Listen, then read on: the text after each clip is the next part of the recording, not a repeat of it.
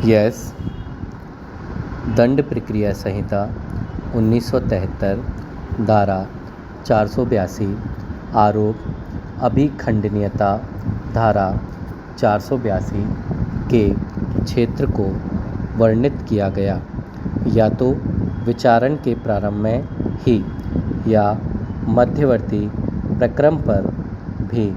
कार्यवाही को अवरुद्ध करने की शक्ति उच्च न्यायालय में अंतर्निहित है यदि प्रथम सूचना रिपोर्ट या दांडिक परिवाद में किए गए अभिकथन प्रथम दृष्टया विचारणीय अपराध को प्रकट नहीं करते तो इस संबंध में कारण हो सकता है कि क्यों अभियुक्त को विधिक कार्यवाहियों की पीड़ा भुगतनी चाहिए। सावधि जमा अपराधी सतीश और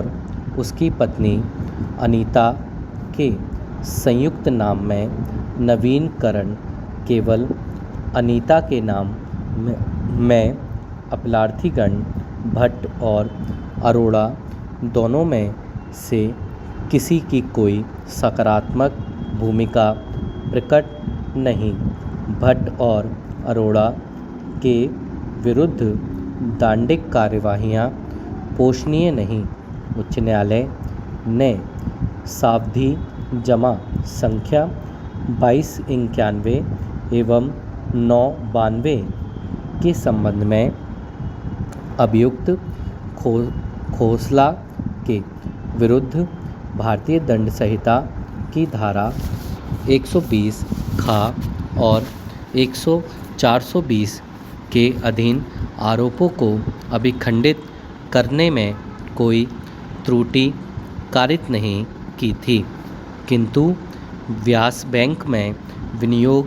नवीकरण प्रारूप और सावधि जमा संख्या 0756223 के संबंध में भारतीय दंड संहिता की धारा 120 ख के साथ पठित भारतीय दंड संहिता की धारा 467, 468 एवं 471 के अधीन खोसला के विरुद्ध आरोप अभिखंडित करते हुए उच्च न्यायालय का आदेश स्पष्ट रूप से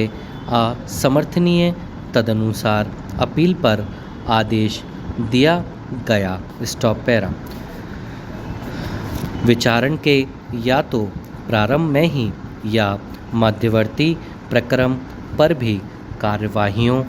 को अवरुद्ध करने की शक्ति उच्च न्यायालय में से व्यापक सिद्धांत पर अंतर्निहित है कि यदि प्रथम सूचना रिपोर्ट में या दांडिक परिवाद में यथास्थिति किए गए अभिकथन प्रथम दृष्टया विचारणीय अपराध को प्रकट नहीं करते तो यह कारण हो सकता है कि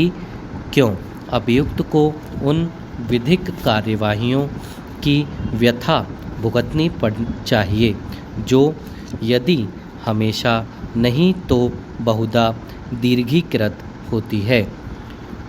अभियोजन जिसका अविश्वसनीय और मिथ्या होना वाध्य है को न्याय के हित में रोका जाना चाहिए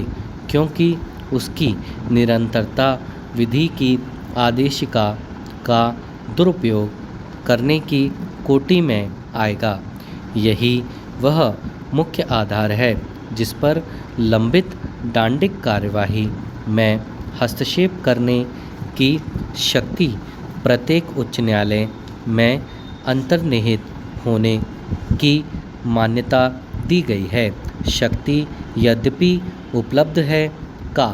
प्रकृति में असाधारण होने का कारण यदा कदा ही प्रयोग किया जाना चाहिए और केवल तब जब विद्यमान तथ्य और परिस्थितियां उक्त निर्दिष्ट संक्षिप्त परीक्षणों की तुष्टि करती हैं, अर्थात यह कि अभियोजन द्वारा लगाए गए सभी आरोपों को स्वीकार करते हुए भी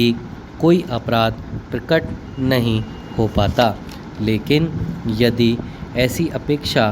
की जाती है तो ऐसी शक्ति न केवल दंडिक कार्यवाही के